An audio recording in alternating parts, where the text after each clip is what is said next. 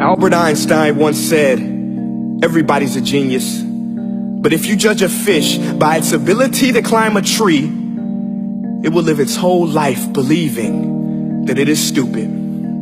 Ladies and gentlemen of the jury, today on trial we have modern day schooling. Glad you could come. Not only does he make fish climb trees, but also makes them climb down and do a 10-mile run. Tell me, school, are you proud of the things you've done?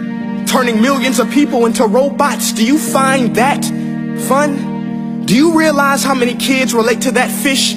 Swimming upstream in class, never finding their gifts, thinking they are stupid, believing they are useless? Well, the time has come, no more excuses. I call school to the stand and accuse him of killing creativity, individuality, and being intellectually abusive. He's an ancient institution that has outlived his usage. So, Your Honor, this concludes my opening statement, and if I may present the evidence of my case, I will prove it. Proceed. Exhibit A. Here's a modern day phone. Recognize it? Here's a phone from 150 years ago. Big difference, right? Stay with me. Here's a car from today, and here's a car from 150 years ago. Big difference, right? Well, get this. Here's a classroom of today, and here's a class we used 150 years ago. Now ain't that a shame? In literally more than a century, nothing has changed. Yet you claim to prepare students for the future? But with evidence like that, I must ask, do you prepare students for the future or the past? I did a background check on you and let the record show that you were made to train people to work in factories, which explains why you put students in straight rows, nice and neat, tell them sit still, raise your hand if you want to speak, give them a short break to eat, and for 8 hours a day tell them what to think. Oh, and make them compete to get an A letter which determines product quality, hence grade A of meat. I get it. Back then, times were different. We all have a past. I myself am no Gandhi. But today, we don't need to make robot zombies. The world has progressed. And now we need people who think creatively, innovatively, critically, independently, with the ability to connect. See, every scientist will tell you that no two brains are the same. And every parent with 2 or more children will confirm that claim. So please explain why you treat students like cookie cutter frames or snapback hats, giving them this one-size-fits-all crap. Watch your language. Sorry, Your Honor, but if a doctor prescribed the exact same medicine to all of his patients, the results will be tragic. So many people will get sick, yet when it comes to school, this is exactly what happens, this educational malpractice, where one teacher stands in front of 20 kids, each one having different strengths, different needs, different gifts, different dreams, and you teach the same thing the same way? That's horrific.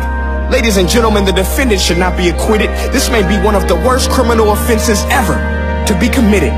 And let's mention the way you treat your employees. Objection. Overruled. I want to hear this. It's a shame. I mean, teachers have the most important job on the planet, yet they're underpaid? No wonder so many students are short-changed. Let's be honest, teachers should earn just as much as doctors, because a doctor can do heart surgery and save the life of a kid, but a great teacher can reach the heart of that kid and allow him to truly live. See, teachers are heroes that often get blamed, but they're not the problem. They work in a system without many options or rights. Curriculums are created by policymakers, most of which have never taught a day in their life.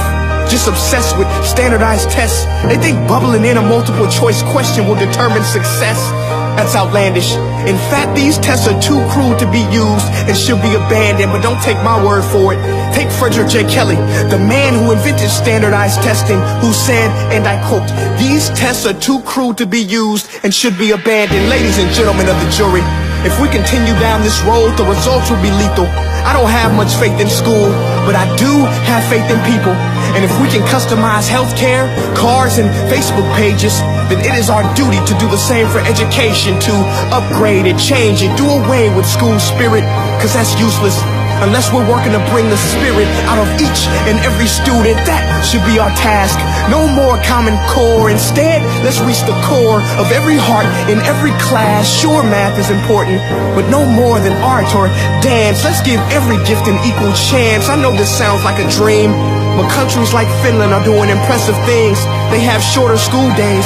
Teachers make a decent wage. Homework is non-existent, and they focus on collaboration instead of competition. But here's the kicker, boys and girls.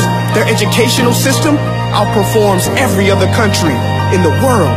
Other places like Singapore are succeeding rapidly. Schools like Montessori, programs like Khan Academy. There is no single solution, but let's get moving. Because while students may be 20% of our population, they are 100% of our future. So let's attend to their dreams, and there's no telling what we can achieve. This is a world in which I believe, a world where fish are no longer forced to climb trees. I'll rest my case.